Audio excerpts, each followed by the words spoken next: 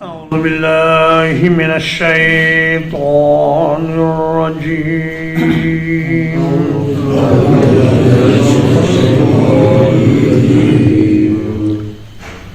بسم الله الرحمن الرحيم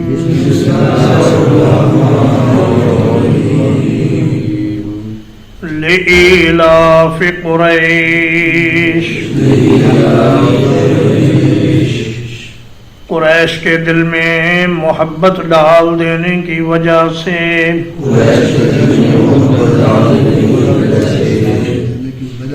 إيلافهم رحلة الشتاء والصيف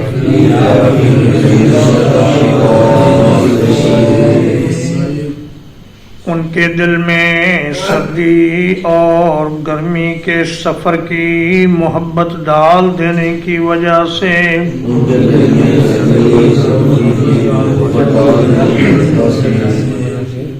فَلْيَعْبُدُوا رَبَّ هَذَا الْبَيْتِ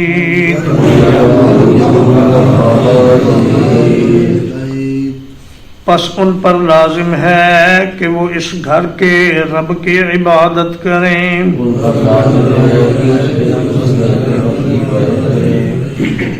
الذي أطعمهم من جوع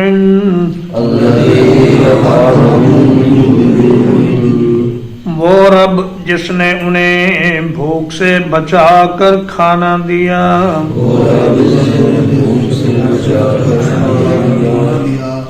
وآمنهم من خوف اور انہیں خوف سے بچا کر امن دیا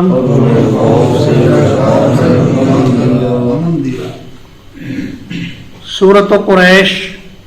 مکیہ ہے اور ترتیب تلاوت کے اعتبار سے اس کا نمبر 106 ہے جبکہ ترتیب نزول کے اعتبار سے اس کا نمبر ہے 29 اس میں 4 آیات ہیں اور 1 رکوع ہے لِإِلاف میں جو لام ہے یہ لام تعلیل ہے یعنی جو وجہ بتاتا ہے کہ قریش کو اس گھر کے رب کی عبادت کیوں کرنی چاہیے فرمایا اس لیے کرنی چاہیے کہ اللہ تعالی نے قریش کے دل میں سردی اور گرمی کے سفر کی محبت ڈال دی اور بعض علماء لغت یہ فرماتے ہیں کہ یہ لام تعجب ہے عرب کہتے ہیں لزید وما صنعنا به کہ زید کو دیکھو ہم نے اس کے ساتھ کیا اچھا سلوک کیا اور یہ ہمارے ساتھ کیا برا سلوک کر رہا ہے تو اس صورت میں لإیلاف قریش کا معنی یہ ہوگا کہ ان قریشیوں کو دیکھو کہ ہم نے ان پر کتنے احسانات کیے اور یہ ہمارے ساتھ کیا رویہ اختیار کیے ہوئے ہیں کہ اللہ کو چھوڑ کر بتوں کی پوجا کر رہے ہیں اور غیر اللہ کے سامنے سر جھکاتے ہیں قریش قرشن کی تصغیر ہے قرشا یقرشو قرشن کا معنی ہوتا ہے جمع کرنا نبی کریم صلی اللہ علیہ وسلم کے جد امجد قصی ابن کلاب نے جب یہ دیکھا کہ ہمارے قبیلے کے لوگ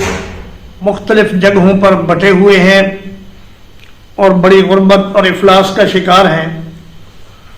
تو انہوں نے مکہ مکرمہ میں ایک شہری ریاست کی بنیاد رکھی اور تمام بکھرے ہوئے قریش کو انہوں نے مکہ مکرمہ میں جمع کر دیا اس کا فائدہ یہ ہوا کہ کعبہ کی تولیت بھی ان کے ہاتھ میں آ گئی اور ان کو مالی طور پر بھی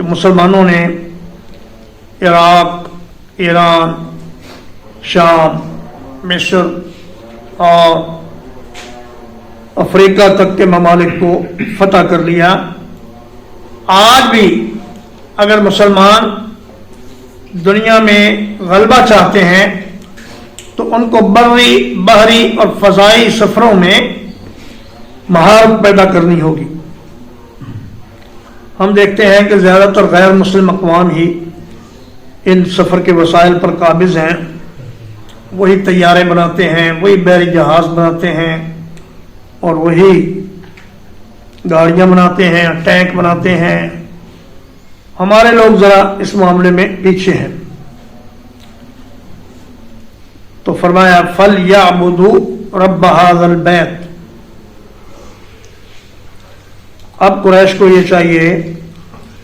کہ وہ اس گھر کے رب کی عبادت کریں۔ معلوم ہوا کہ اصل میں عبادت بیت اللہ کی نہیں ہے بلکہ بیت اللہ کے رب کی ہے۔ اب یہ جو ہندو لوگ اعتراض کرتے ہیں وہ کہتے ہیں جی اگر ہم مورتی کے سامنے جھکتے ہیں تو تم بھی تو پتھر کے سامنے جھکتے ہو۔ تو فرمایا یہ پتھر کے سامنے جھکنا نہیں ہے، یہ اللہ کے سامنے جھکنا ہے، اور یہ بیت اللہ شریف جو بنایا گیا ہے یہ تو صرف امت کو متحد کرنے کے لیے اور ایک جہت دینے کے لیے بنایا گیا۔ سیدہ ام ہانی رضی اللہ تعالی عنہ روایت کرتی ہیں کہ رسول اللہ صلی اللہ علیہ وسلم نے فرمایا، سلسلۃ الاحادیث الصحیحہ میں یہ حدیث موجود ہے کہ اللہ تعالیٰ نے قریش کو 7 ایسی فضیلتیں عطا فرمائی ہیں جو اور کسی کو نہیں ملی۔ فرمایا ایک تو فضیلت ان کو اللہ نے یہ عطا فرمائی کہ ان کے اوپر جو لشکر حملہ کرنے کے لیے آیا تھا اللہ نے اس کو تہس نہس کر دیا، اور یہ لوگ اس طرح بدحواس ہو کر واپس بھاگے، ابرہا کا لشکر، کہ یہ مکہ سے لے کر یمن تک راستے میں مرتے چلے گئے۔ خود ابرہا یہ کمزور چوزے کی طرح ہو گیا اس بیماری کی وجہ سے، اور جب یہ یمن پہنچا تو وہاں جا کر مر گیا۔ تو فرمایا ایک تو فضیلت یہ ہے کہ اللہ نے ان کے دشمن کو نیست و نابود کیا، اور دوسری فضیلت یہ ہے کہ انہوں نے 10 سال تک ایک اکیلے اللہ کی عبادت کی جبکہ اور کوئی بھی اللہ کی عبادت نہیں کر رہا تھا۔ اور تیسری فضیلت ان کی یہ ہے کہ قرآن مجید میں ایک ایسی سورت نازل فرمائی جس میں قریش کے علاوہ کسی اور کا ذکر نہیں، پوری سورت قریش کے لیے۔ اور چوتھی فضیلت ان کو یہ عطا فرمائی کہ اللہ نے ان میں نبوت رکھ دی، اور پانچویں فضیلت یہ عطا فرمائی کہ اللہ نے ان میں بیت اللہ شریف کی حجابت رکھ دی، یعنی نگرانی اور محافظت۔ اور چھٹی فضیلت یہ عطا فرمائی کہ ان کو بیت اللہ کی سقایت، حاجیوں کو پانی پلانے کی سعادت ملی۔ اور ساتویں یہ کہ اللہ نے ان میں خلافت رکھ دی، فرمایا کہ الائمۃ من قریش، اس امت کے جو خلیفے آئیں گے وہ سارے کے سارے قریش میں سے ہوں گے۔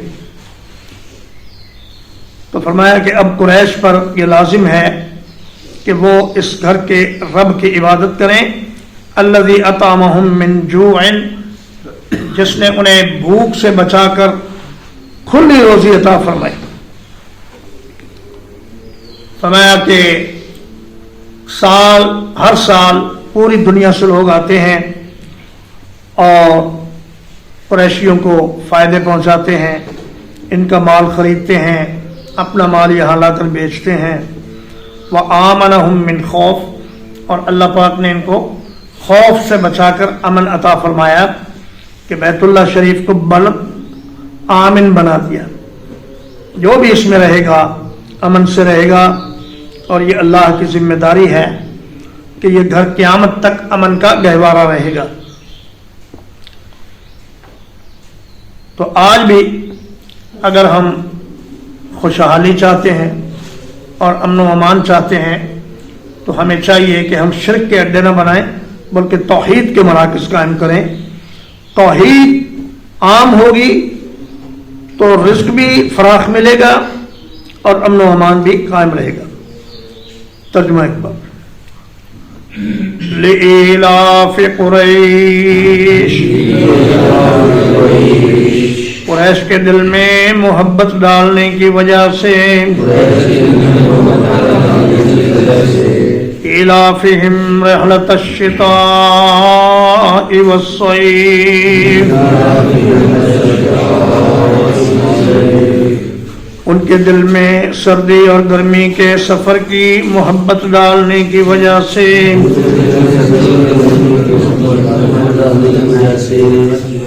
فَلْيَعْبُدُوا رَبَّ هَٰذَا الْبَيْتِ،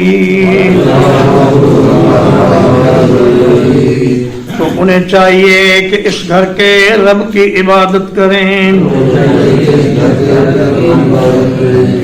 الذي أطعمهم من جوع، وہ رب جس نے انہیں بھوک سے بچا کر کھانا کھلایا. وآمنهم من خوف، اور انہیں خوف سے بچا کر امن عطا فرمایا. وصلی اللہ علی نبینا محمد وآلہ وصحبہ اجمعین.